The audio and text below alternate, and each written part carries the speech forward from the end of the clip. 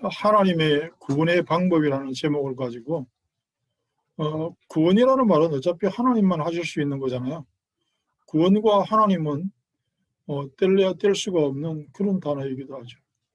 하나님만 하시는 그 구원의 방법.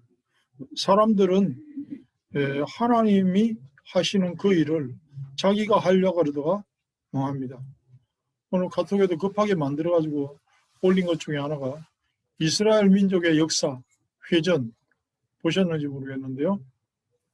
누림 속에서, 은혜 속에서 잘 지내다가 그걸 망각하고 우상숭배하고 성경 말씀 표현대로라면 엄난하게 행하는, 그러다가 심각한 하나님의 경고를 받고 고통 속에 빠져들어가고 전쟁에서 포로로 잡혀가고 노예가 되고 거기에서 또 때로는 10년, 20년 그 고통 속에서 지내다가 회개할 때 선지자를 보내서 경고하고 다시 돌이키고 그 구원으로 돌아오는, 회복하는 연속이에요. 이스라엘 역사. 우리 인간도 그렇습니다. 그냥 처음부터 지옥 가기로 작정된 사람들처럼 지옥 갈 집만 골라가면서 하고 지 맘대로 살고, 특징이 뭐냐 하면 사사기에서 마지막 부분에 나온 것처럼 자기의 소견에 옳은 대로, 내가 하나님이에요. 죽을 때까지 몰라요. 자기가 하나님 된 거를. 오늘 말씀에서 구원을 위한 첫 진행, 기도원이라는 이야기는 우리가 많이 듣습니다. 주일학교 때부터. 기도원, 사사죠. 기도원의 아버지 요아스라는 사람이 있고 그 시대에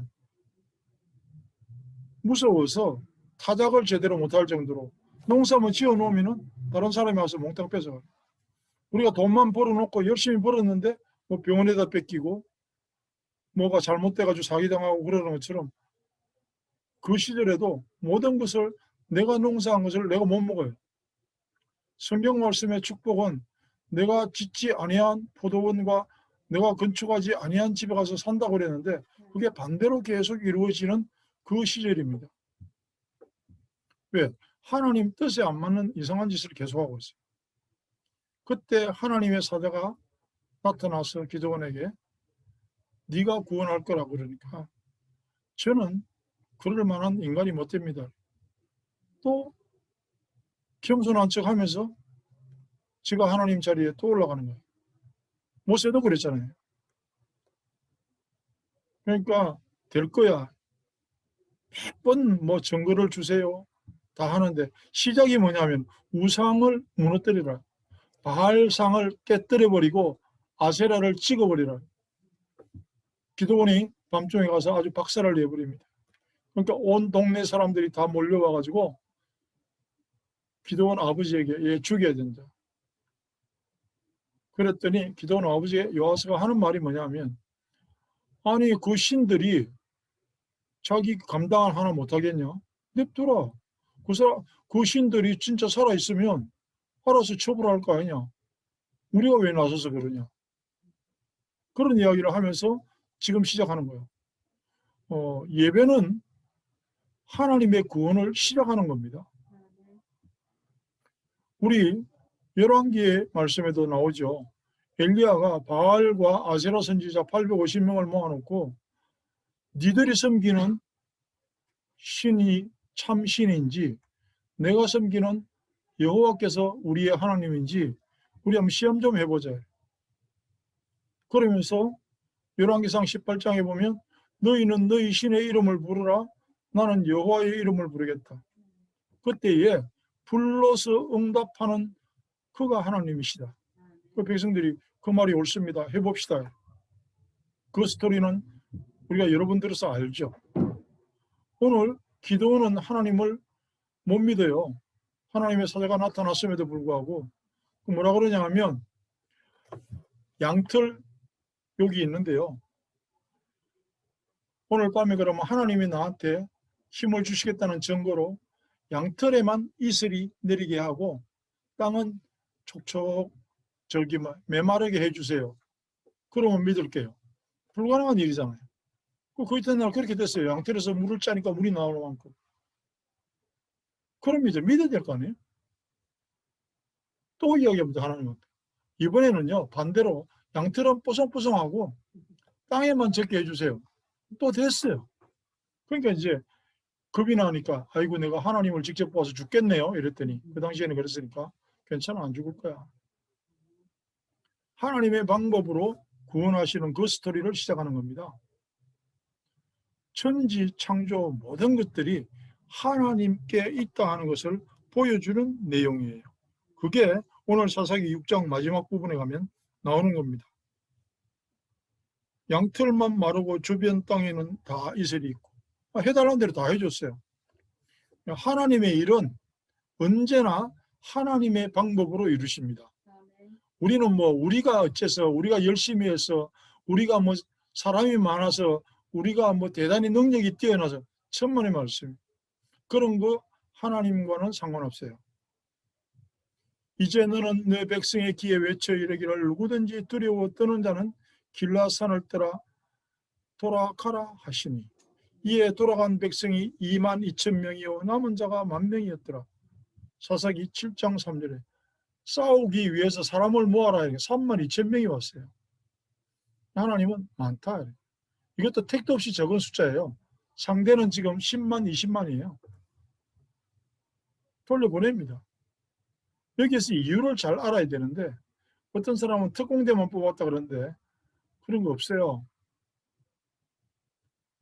너를 따르는 백성이 너무 많아서 내가 그들의 손에서 미디안을 박살내면 그 사람들이 말할 때 스스로 자랑할 거 아니냐. 내가 구했다고. 하나님이 그렇게는 못하겠다.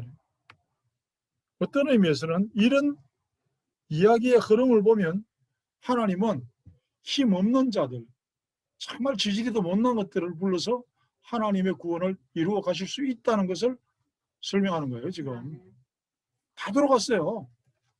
아니 3만 2천 중에서 2만 2천 들어가고 1만 명 남았어. 그럼 1만 명은 정예부대냐? 겁도 없는 사람이냐? 그나마 그래도 양심도 있고 나름대로 나는 열심히 하겠습니다 하는 이런 사람이겠죠. 근데 그 중에서도 또 물가로 데려가 가지고 물을 마실 때 손으로 떠 가지고 이렇게 마시는 사람 아니면 엎드려서 벌컥벌컥 마시는 사람 정말 겁 많고 벌벌 떠는 사람은 300명밖에 안 되는데 그 300명만 데리고 가라. 하나님은 무슨 말씀하시냐면은 우리가 신명기서에서 말씀 봤죠. 전쟁에 나가는 자세. 전쟁에 나갈 때 조금만 끄림칙하고 겁먹고 버리버리하면 데리고 나가지 마라 그랬어요. 오지 말라 그랬다고. 왜? 하나님은 그런 사람 필요 없어요. 우리는 뭐 교회에서 제발 교회에 한 번만 나와주세요. 뭐 내가 잘못했어요. 뭐 그거는 사람이 하는 거고요. 하나님은 그렇게 하시지 않습니다. 너희 하나님 여호와는 너희와 함께 행하십니다. 너희 적군과 싸우시고 구원하실 것이라. 그러면서 뭐라 그래요? 신명기서에 보니까 집을 지었는데 낙성식도 못하고 거기 들어가서 신나게 누워서 보지도 못했어. 오지마 싸움에. 그게 아쉬울 거 아니야. 잡념이 생각나다. 오직이 안 될 거 아니냐 이 말하는 거예요 지금. 전쟁에 나가는 사람이 우리가 영적 전투를 하는 사람이 그런 식으로 해서 무슨 전투를 하겠니? 포도원을 만들고 과실을 먹지 못했냐? 집으로 돌아가라. 그럼 네 전쟁에서 죽으면 어떡할래? 다른 사람이 먹을 거 아니냐? 아까워서 어떡할래? 약혼은 했는데 결혼을 못했다. 그럼 너 죽으면 마누라 다른 사람이 데려갈 거 아니야? 너 오지 마. 전쟁에 오지 마. 가라고. 이런 식으로 다 들어. 뿐만 아니라 어느 정도까지 하냐면 두려워 떠는 허약한 자가 있느냐? 집으로 돌아가라. 왜냐? 그 겁 많은 인간 때문에 그 집에 있는 가족들까지 걱정할 거 아니야. 그러니까 한 사람이 불신앙하는 소리를 하면 그 가족에게도 그렇게 되는 겁니다. 우리가 뭐 흔히들 하는 말 있잖아요. 불신앙 말 많이 합니다. 전화할 때도 이거 안 돼요. 뭐 이거는 없어요. 난 못해요. 뭐. 가족과 이웃에게도 영향력을 미칩니다. 불신앙은 그렇게 망하는 거예요. 그리고 사탄의 밥이거든요. 예수님이 비유로 말씀하십니다. 천국의 비유로. 잔치를 하겠다고 잔치를 벌려놓고 어떤 데는 보면 아들의 혼인잔치를 벌려놓고 사람들을 초청하니까 뭐라고 그래요? 아, 나 밭을 새로 샀기 때문에 그 밭 갈아야 된다고. 아, 나는 지금 장가 들었기 때문에 내 마누라하고 지내기에 시간이 없다고. 뭐 이 핑계 저 핑계 대고 사업하러 가야 된다고. 안 와. 거리에 나가서 막 사람들을 불러 모았어요. 하나님이 필요한 사람은요, 잘난 사람이 아니고 하나님의 부르심에 답하는 사람이 필요해요.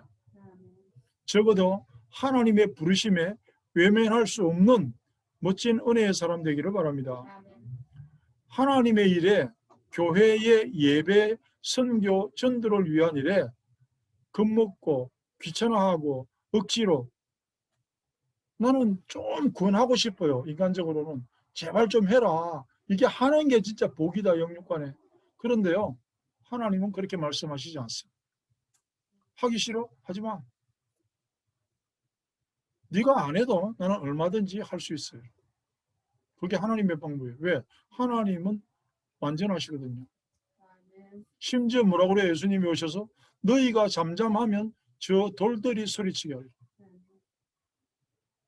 우리가 하나님의 능력을 안다면 적어도 교회, 구원, 정도, 선교 이런 걸 가지고는 너 누구한테가 사정하고 비겁하게 막 빌고 사람도 자존심이 있으면 안 그러잖아요. 한 번만 살려주세요. 한 푼만 주세요. 그런 짓 안 하잖아요.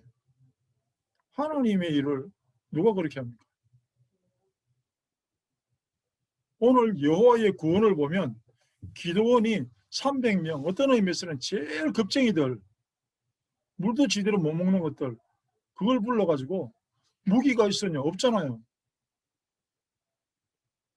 나팔 들고 횃불 들고 없어. 지들이 적군을 죽였냐? 아니요. 하나님이 죽인 게 거의 대부분이에요. 지들끼리 싸워서 죽였어요. 하나님의 구원의 방법, 하나님이 하나님의 시간에 하나님의 방법으로, 하나님의 방법 예수 그리스도. 그 예수는 그리스도 모든 문제 해결자. 그러니까 무조건 답이 없을 때는 예수 그리스도 불러야 돼요. 그게 정답이고 해답이에요. 하나님이 필요한 사람, 은혜 받은 사람, 세상도 나도 관대없고 구속한 주님만 바라보는 사람, 믿음의 선물을 가진 사람. 왜요? 믿음은 왜 선물로 줬다 그랬습니까? 에베소서 2장 8절로 10절에 보니까 또 자랑할까 봐. 조금 되면 자랑하거든요.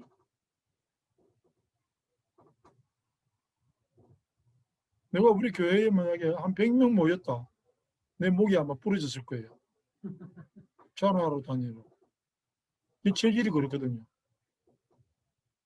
그래서 정신 차릴 때까지 자랑 못하게 하는 게 얼마나 감사한지 몰라요, 지금. 정말 오직 선교와 복음에 마음 가지고 기도하게 하시고. 우리가요, 하나님은 평안이시다. 여호와 샬롬. 우리 영상에 올라왔습니다. 여호와 니시, 여호와 이레. 미리 예배하시고 과거, 현재, 미래에 책임지시는 것. 어디 가서 대화하다가 여호와 샬롬이라고 그게 무슨 뜻이에요? 여러분 여호와 정인들한테요 무시당해요. 오늘 기도원 이야기를 하면서 하나님의 구원의 방법, 하나님만 하시는 방법, 하나님이 하실 수 있는 방법. 여기에서 주제가 뭐냐 하면 하나님이 부르신 사람들이에요. 내가 잘나서 부른 것도 아니고 하나님은 내가 특별해서 부른 것도 아니고 모자라도 상관없고 누가 다른 사람이 보기에는 멍청한 것처럼 보여도 상관없어요. 그거는 하나님이 나를 부르셨다. 거기에 대한 것을 분명히 믿는 것을 보고 믿음이라고 합니다. 믿음의 선물을 간직하는 또 한 주간이 되기를 바랍니다. 누림이 되기를 바라고요. 정말 그 나라에 이럴 때까지 우리는 결국 한평생이라고 하는 영생에 비하면 한 점도 안 되는 짧은 시간에 인생 무대에서 공연을 하다가 퇴장해야 되는 그런 인생이거든요.